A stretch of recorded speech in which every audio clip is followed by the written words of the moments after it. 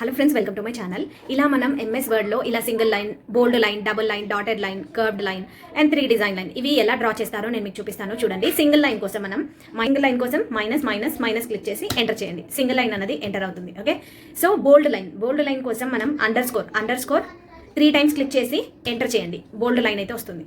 Okay, double line, ఇప్పుడు double line కావాలంటే మనం ఈజ్ ఈక్వల్ టు ప్రెస్ చేసి ఎంటర్ చేయండి. డబుల్ లైన్ అనేది వచ్చేస్తుంది. ఓకే, ఇప్పుడు డాటెడ్ లైన్ కావాలి. డాటెడ్ లైన్ అంటే మనం ఆస్ట్రిక్ 3 టైమ్స్ టైప్ చేసి ఎంటర్ క్లిక్ చేస్తే డాటెడ్ లైన్ అనేది వచ్చేస్తుంది. Okay, so next curve line కావాలి మనకు. కర్వ్ లైన్ అంటే ఇప్పుడు నేను టైప్ చేసినాగా ఈ సింబల్ చూడండి, ఈ సింబల్ 3 టైమ్స్ ప్రెస్ చేసి ఎంటర్ చేయండి. కర్వ్ లైన్ అనేది వచ్చేస్తుంది. ఓకే, సో ఇప్పుడు నెక్స్ట్ 3 డిజైన్ లైన్ అంట.